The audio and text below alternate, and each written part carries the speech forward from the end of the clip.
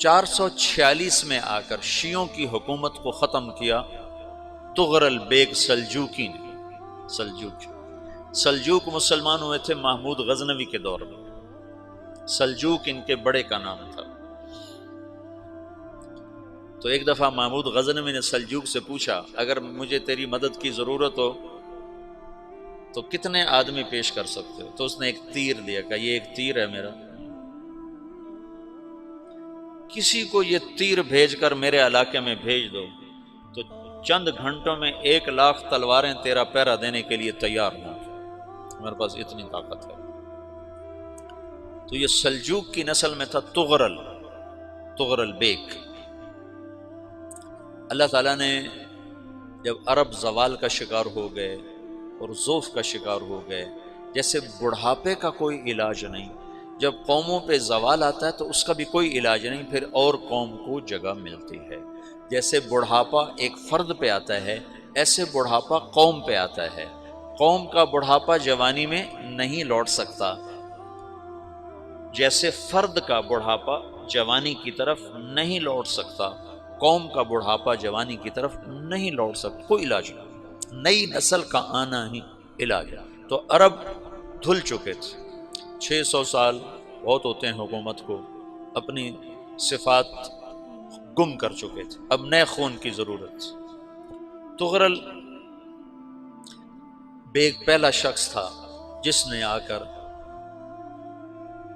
اہل سنت والجماعت کو استحکام بخشا، شیعوں کی حکومت کو ختم کیا، بغداد سے، شام سے، ان سارے علاقوں سے۔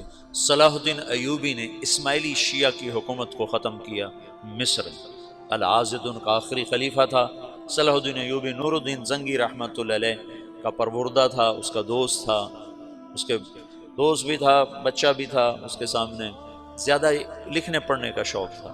پھر اللہ تعالیٰ نے اس سے کام لیا اور اس کو مصر کا گورنر بنا کے بھیجا، مصر کی مدد کے لیے بھیجا۔ تو وہاں اس نے صلاح الدین ایوبی نے وہاں ختم کیا، تغرل بیگ نے یہاں ختم کیا۔ تو پھر سلجوک جو تھے نا یہ اقتدار میں آئے، ادھر ختم ہو گئی سلطنت بنو عباس کی، مصر ایک چھوٹی سی ترکوں کی سلطنت۔ تو اللہ تعالیٰ پھر مرکزیت کے لیے ایک نظام چلایا، دو لشکر آپس میں لڑ رہے ہیں ایک میدان میں، ایک جنگلی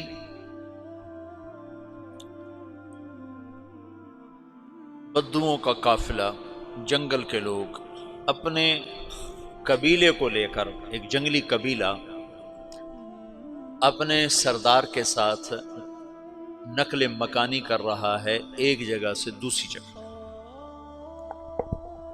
اللہ کا نظام کہ یہ لوگ چلتے چلتے چلتے اس وادی میں پہنچ گئے جہاں جنگ ہو رہی ہے، دو لشکر آپس میں لڑ رہے ہیں۔ جب یہ وہاں پہنچتے ہیں تو ایک لشکر کے قدم اکھڑ رہے ہیں اور دوسرا غالب آ رہا ہے۔ ان کو نہیں پتا شکست کھانے والے کون ہیں اور فتح پانے والے کون ہیں، ان کو نہیں پتا۔ اس جنگلی قبیلے کے سردار کا نام بھی تغرل ہے، تغرل۔ تو یہ سردار کہتا ہے جو شکست کھا رہے ہیں ان کی مدد کرو، کچھ پتہ نہیں کون ہے، کہتا جو شکست کھا رہے ہیں ان کی مدد کرو۔ تو 400 وحشی جنگلیوں نے فاتح لشکر کے پیچھے حملہ کر دیا۔ وہ تو ایک کافی ہوتا تھا، 400 دوڑ جب تلواریں پڑیں تو چند لمحوں میں نقشہ بدل گیا، بھاگنے والے جم گئے اور جمنے والے بھاگ پڑے۔ جب جنگ ختم ہوئی تو شکست خوردہ لشکر کے بادشاہ نے ان کو بلایا، اسے پوچھتا ہے مجھے جانتے ہو میں کون ہوں؟ کہا نہیں۔ کہا تو تم نے میری مدد کیوں کی؟ کہا انسانی ہمدردی کی وجہ سے، تمہیں شکست ہو رہی تھی اس لیے تمہاری مدد کی۔ پھر اس نے اپنا تعارف کرایا، میں ہوں سلیمان سلجوکی، ترکی کا بادشاہ۔ مسلمانوں کا لشکر تھا اور تاتاریوں سے شکست کھا رہا تھا، تاتاری فتح پا رہے تھے، مسلمان شکست کھا رہے تھے۔ تو وہ اللہ کی غیبی مدد بن کر آئے، تو وہ اس سے کہتا ہے میرے ساتھ رہنا پسند کرو گے؟ تم نے میرے اوپر احسان کیا ہے، میں اس کا بدلہ دینا چاہتا ہوں، میرے ساتھ رہنا پسند کرو گے؟ کہنے کا کر لوں گا۔ تو اس کو لے کر ترکی آیا، اور استنبول اس وقت روم کی حکومت میں تھا، اسے فتح کیا اس تغرل کے آگے چوتھے پانچویں پڑپوتے محمد فاتح نے۔ تو یہ استنبول ہے، یہ ترکی ہے، بیچ میں ایک چھوٹا سمندر ہے، یہاں ایک جاگیر ہے۔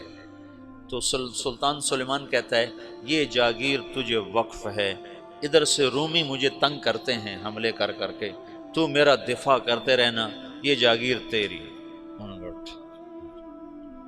اس جاگیر پہ اس نے اپنے قافلے کو آباد کر دیا، اپنے قبیلے کو، اور ایک چھوٹی سی حکومت بنا لی، جو ایک صوبہ سمجھو سلمان سلجوقی کا، وہ ایک چھوٹا سا صوبہ ہے۔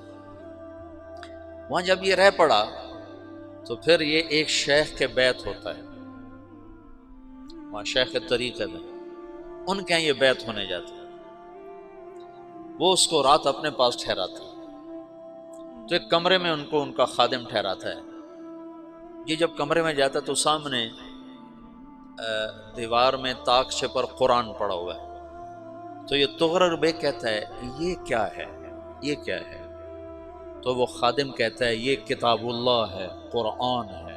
اچھا، وہ اس کو وہاں چھوڑ کے باہر چلا جاتا ہے۔ وہ دیہاتی آدمی، جنگل کا رہنے والا، پہلی دفعہ زندگی میں قرآن دیکھا، وہ کہتا ہے یہ قرآن ہے، اللہ کی کتاب ہے، میں اللہ کی کتاب کے سامنے سو جاؤں، کتنی بے ادبی ہے۔ تو اس نے ایسے قرآن اٹھایا اور سر پہ رکھ لیا اور کھڑا ہو گیا، ساری رات قرآن سر پہ رکھ کے کھڑا رہا۔ رات کے پچھلے پہر اس کو خواب آیا، کھڑے کھڑے اس نے دیکھا کہ اس کی پشت سے ایک چاند نکلا اور شیخ کی بیٹی کے سینے میں جا کے اتر گیا۔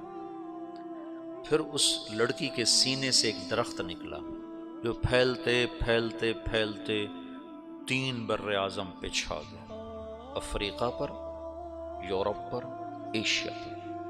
پھر اس کی آنکھ کھل گئی، وہ کھڑا ہوا ہے، تو اس نے صبح یہ خواب اپنے شیخ کو سنایا، تو انہوں نے اپنی بیٹی اس کے نکاح میں دے دی۔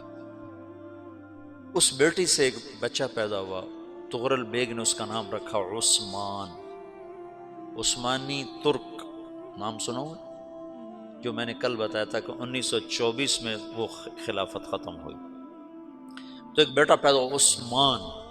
عثمان نے پھر ایک نئی اسلامی حکومت کی بنیاد رکھی جو 1924 تک چلتی رہی، کوئی 800 سال یہ حکومت چلی۔ تو حکومت کا شیرازہ بکھرا، لیکن پھر جڑ جاتا تھا، اور وہ قرن اول والا جوڑ کبھی نہ پیدا ہوا، ٹکڑے بن گئے۔ ان ٹکڑوں میں اللہ لوگ پیدا کرتا رہا جو دعوت دیتے رہے، دعوت زندہ رہی۔ جو تربیت کا نظام تصوف کے ساتھ تھا، اب وہ تبلیغ کے ساتھ۔